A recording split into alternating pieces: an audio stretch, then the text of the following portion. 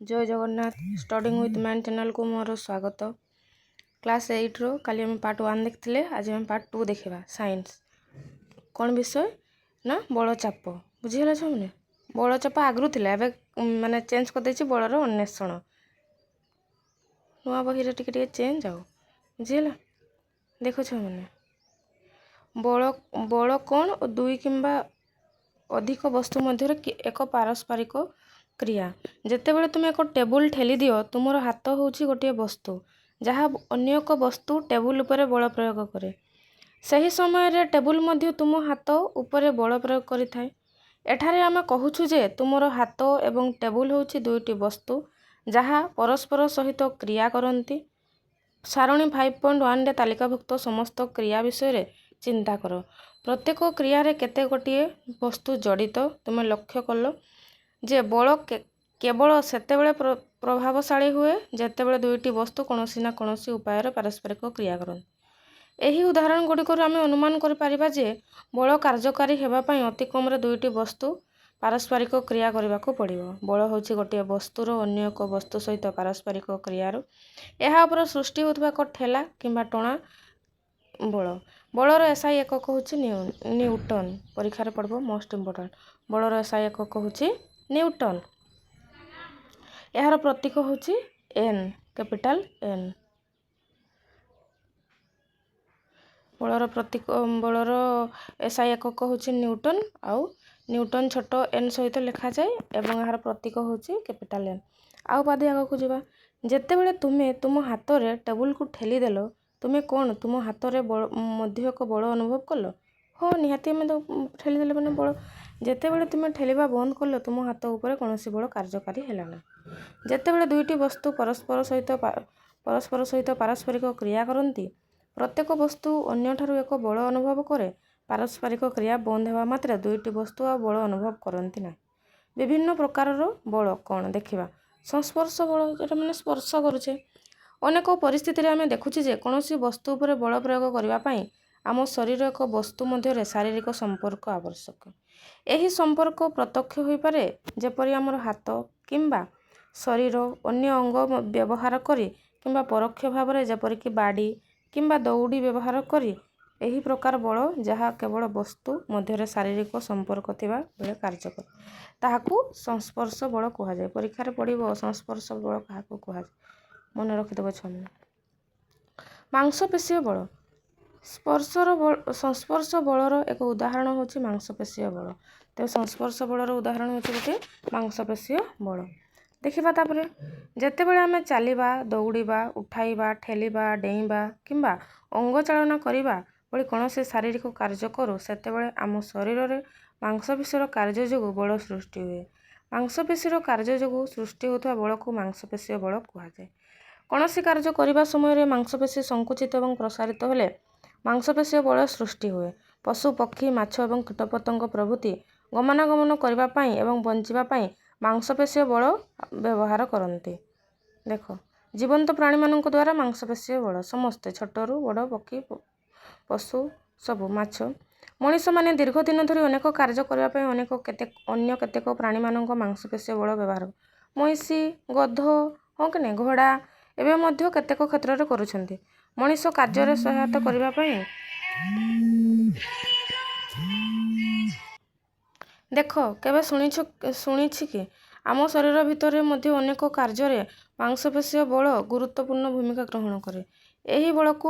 एही बल हमको खाद्य चबाइबा एवं पाचन प्रक्रिया समय रे खाद्य नली दे खाद्य को ठेलिबा सहायता करे। आमर हृत्पिंड मांसपेशीय प्रसारण एवं संकोचन द्वारा आम शरीर रक्त संचालन प्रक्रिया होता है, जहाँ बंचिबा पई नित्यांत आवश्यक। घर्षण बल। एक समतल भूमि रे गड़ी जाउथबा एक बॉल किछि समय परे निजे अटकी जाए। जदि आमे एक समतल रास्ता रे हमर साइकेल पेडल करिबा बंद कर दउ, एहा धीर हो जाए। जदि गडाणिया रास्ता हबो सेबे गड़ी आसबो, किछि दरकार नै पेडल मारबा एवं किछि समय परे बंद हो जाए। जदि रास्ता बंधुर बा अमसृण होइथाय, तेबे साइकेल रे एक मसृण रास्ता अपेक्षा शीघ्र बंद हो जाए। जदि सेटा आबड़ा खाबड़ा रास्ता हिथिबो, तेबे सेटा जल्दी बंद हो जिवो। तुमर एपरि अनेक अभिज्ञता थिबो। एही परिस्थिति रे वस्तुर गति रे परिवर्तन कारण कोन? ଆମେ ପୂର୍ବରୁ ଶିଖିଛୁ ଯେ ବସ୍ତୁର ଗତି ପରିବର୍ତ୍ତନ କରିବା ପାଇଁ ଏକ ବଳ ଅତ୍ୟାବଶ୍ୟକ। କିନ୍ତୁ ଏହି ସମସ୍ତ ପରିସ୍ଥିତିରେ ବସ୍ତୁଗୁଡ଼ିକ ଉପରେ କୌଣସି ବଳ କାର୍ଯ୍ୟ କରୁଥିବା ପରି ମନେ ହୁଏ ନାହିଁ। ତଥାପି ସେମାନଙ୍କର ଗତି ଧୀରେ ଧୀରେ ହ୍ରାସ ପାଏ ଏବଂ କିଛି ସମୟ ପରେ ସେଗୁଡ଼ିକୁ ବନ୍ଦ ହୋଇଯାଏ। ଏହା କ'ଣ ସମ୍ଭବ? ଯେକୌଣସି ବଳ ପ୍ରକୃତରେ ସେମାନଙ୍କ ଉପରେ କାର୍ଯ୍ୟ କରୁଛି ତାହା କ'ଣ ବଳ? ଆସ ଅନୁସନ୍ଧାନ କରିବା। ସମତଳ ଆଧାର ବିଶିଷ୍ଟ ଏକ ବସ୍ତୁ, ଯେପରି ଏକ ଖାଲି ମଧ୍ୟାହ୍ନ ଭୋଜନ ବାକ୍ସ, ଜ୍ୟାମିତି ବାକ୍ସ ଏବଂ ନୋଟବୁକ୍ ନିଅ ଏବଂ ଏହାକୁ ଟେବୁଲ କିମ୍ବା ସମତଳ ପୃଷ୍ଠରେ ରଖ। ଏହାକୁ ଧୀରେ ଠେଲି ଦିଅ ଓ ପର୍ଯ୍ୟବେକ୍ଷଣ କର। ଧୀରେ ସେ ଠେଲିଦେବ, ଦେଇକି ଦେଖିବ। କିଛି ଦୂର ଗତି କରିବା ପରେ ଏହା ବନ୍ଦ ହୋଇଯାଏ କି? ହଁ, ନିହାତି। ବହିଟା କି ଆପେ ଯିବ ନା? ନାହିଁ, ତାକୁ ଯେତିକି ସମୟ ଠେଲିବ ସେତେ ସମୟ ଯିବ। ଏହା ଉପରେ କୌଣସି ବଳ କାର୍ଯ୍ୟ କରୁଛି କି ନାହିଁ ଯୋଗୁଁ ବସ୍ତୁ ସ୍ଥିର ହୋଇଯାଏ। ଠେଲିଦେଲେ ମାନେ ଠେଲୁଛ, ଠେଲା ବଳ। ବର୍ତ୍ତମାନ ବସ୍ତୁକୁ ବିପରୀତ ଦିଗରେ ଠେଲି ପୁନରାବୃତ୍ତି କର। କିଛି ଦୂର ଯାତ୍ରା କରିବା ପରେ ଏହା ପୁଣି ବନ୍ଦ ହୋଇଯାଏ। ଠେଲିବା ସମୟରେ ବସ୍ତୁଟି ଏକ ନିର୍ଦ୍ଦିଷ୍ଟ ଦୂରତା ଖସିବା ବା ଗତି କରିବା ପରେ ବନ୍ଦ ହୋଇଯାଏ। ଏହା ନିଶ୍ଚିତ ଭାବରେ ଖସିବା ଓ ବସ୍ତୁର ପୃଷ୍ଠ ଏବଂ ଟେବୁଲ କିମ୍ବା ସମତଳ ପୃଷ୍ଠ ମଧ୍ୟରେ କାର୍ଯ୍ୟ କରୁଥିବା ଏକ ବଳ ଯୋଗୁଁ ହୋଇଥାଏ। ଏହି ବଳ ବସ୍ତୁ ଉପରେ ଏହାର ଗତିର ବିପରୀତ ଦିଗରେ କାର୍ଯ୍ୟ କରିଥାଏ। ଏହି ବଳ ହିଁ ବସ୍ତୁକୁ ଅଟକାଇଥାଏ। ସେତେବେଳେ ଏକ ବସ୍ତୁ ଅନ୍ୟ ପୃଷ୍ଠ ଉପରେ ଗତି କରେ କିମ୍ବା ଗତି କରିବାକୁ ଚେଷ୍ଟା କରେ, ସେତେବେଳେ ଯେଉଁ ବଳ କାର୍ଯ୍ୟକାରୀ ହୁଏ ତାହାକୁ ଘର୍ଷଣ ବଳ ବା ଘର୍ଷଣ ବଳ ଇଂଲିଶର କୁହାଯାଏ ଫୋର୍ସ ଅଫ୍ ଫ୍ରିକ୍ସନ୍ ବା କେବଳ ଘର୍ଷଣ କୁହାଯାଏ। ବସ୍ତୁ ଯେଉଁ ଦିଗରେ ଗତି କରେ କିମ୍ବା ଗତି କରିବାକୁ ଚେଷ୍ଟା କରେ, ଘର୍ଷଣ ସର୍ବଦା ତାର ବିପରୀତ ଦିଗରେ କାର୍ଯ୍ୟ କରେ। ଘର୍ଷଣ ବଳ ଏକ ସଂସ୍ପର୍ଶ ବଳ କାରଣ ଏହାର ଦୁଇଟି ପୃଷ୍ଠ ଯୋଗୁଁ ଉତ୍ପନ୍ନ ହୁଏ। ଦୁଇଟି ପୃଷ୍ଠର ସଂସ୍ପର୍ଶ ଯୋଗୁଁ ଉତ୍ପନ୍ନ ହୋଇଥାଏ। ତେବେ ଏଗୁଡ଼ା ଅଣ୍ଡରଲାଇନ୍ ମନେ ରଖିଦେବ ଛୁଆମାନେ। ଘର୍ଷଣ ସଂସ୍ପର୍ଶରେ ଆସୁଥିବା ଦୁଇଟି ପୃଷ୍ଠରେ ଗଠନଗତ ଅନିୟମିତତା ବା ଅସମାନତା ଯୋଗୁଁ ଘର୍ଷଣ ସୃଷ୍ଟି ହୁଏ। ଯେଉଁ ପୃଷ୍ଠଗୁଡ଼ିକ ସାଧାରଣତଃ ମସୃଣ ଦେଖାଯାଏ, ସେଥିରେ ମଧ୍ୟ ବହୁ ସଂଖ୍ୟକ କ୍ଷୁଦ୍ର ଅନିୟମିତତା ଥାଏ। ସେଗୁଡ଼ିକ ଯେତେବେଳେ ସଂସ୍ପର୍ଶରେ ଆସନ୍ତି, ଦୁଇଟି ପୃଷ୍ଠରେ ଅନିୟମିତତା ପରସ୍ପର ଛନ୍ଦି ହୋଇଯାଏ ଏବଂ ଗୋଟିଏ ପୃଷ୍ଠ ଅନ୍ୟ ପୃଷ୍ଠ ଉପରେ ଘୁଞ୍ଚାଇବା ପାଇଁ ଯେକୌଣସି ପ୍ରୟାସକୁ ବିରୋଧ କରେ। ଏହାର ଅର୍ଥ କ'ଣ? ଯେ ଯଦି ପୃଷ୍ଠଗୁଡ଼ିକ ରୁକ୍ଷ ହୋଇଥାଏ, ତେବେ ଘର୍ଷଣ ବଳ ଅଧିକ ହେବ। ଦେଖିବା। ଆସ ଅନୁସନ୍ଧାନ କରିବା।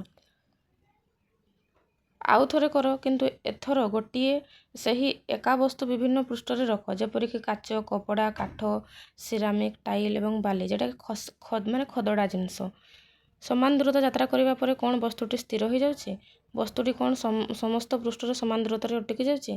ଭିନ୍ନ ପୃଷ୍ଠ ପାଇଁ ବସ୍ତୁଟି ଭିନ୍ନ ଦୂରତା ଗତି କରିବାରେ ବନ୍ଦ ହୋଇଯାଏ। ତେଣୁ ଆମେ କହିପାରିବା ଯେ ଘର୍ଷଣ ବଳ ସଂସ୍ପର୍ଶରେ ଥିବା ପୃଷ୍ଠଗୁଡ଼ିକର ପ୍ରକୃତି ଉପରେ ନିର୍ଭର କରେ। ଅମସୃଣ ବା ରୁକ୍ଷ ପୃଷ୍ଠରେ ଘର୍ଷଣ ଅଧିକ ହୁଏ। ଆଉ ପାଦେ ଆଗକୁ ଯିବା। କ'ଣ କେବଳ ବସ୍ତୁ କଠିନ ପୃଷ୍ଠରେ ଗତି କଲେ ଘର୍ଷଣ ବଳ କାମ କରେ? ତରଳ ଏବଂ ଗ୍ୟାସ୍ ମଧ୍ୟ ଦେଇ ଗତି କରୁଥିବା ବସ୍ତୁ ବିଷୟରେ କ'ଣ କହିବା? ବାୟୁ, ଜଳ ଏବଂ ଅନ୍ୟାନ୍ୟ ତରଳ ପଦାର୍ଥ ମଧ୍ୟ ସେମାନଙ୍କ ମଧ୍ୟ ଦେଇ ଗତି କରୁଥିବା ବସ୍ତୁ ଉପରେ ଘର୍ଷଣ ବଳ ପ୍ରୟୋଗ କରନ୍ତି। ତେଣୁ ବିମାନ, ଜାହାଜ, ଡଙ୍ଗା କିମ୍ବା ଦ୍ରୁତଗାମୀ ଟ୍ରେନ୍ ଭଳି ବସ୍ତୁଗୁଡ଼ିକ ସେମାନଙ୍କ ଚାରିପାଖରେ ଥିବା ବାୟୁ କିମ୍ବା ଜଳ ଯୋଗୁଁ ହୋଇଥିବା ଘର୍ଷଣ ବଳକୁ ହ୍ରାସ କରିବା ପାଇଁ ନିର୍ଦ୍ଦିଷ୍ଟ ଆକାରରେ ପ୍ରସ୍ତୁତ କରନ୍ତି। ନେକ୍ସଟ ପାର୍ଟରେ ଆଉ ଟିକେ ପଢ଼ିବା। Thank you. ଜୟ ଜଗନ୍ନାଥ।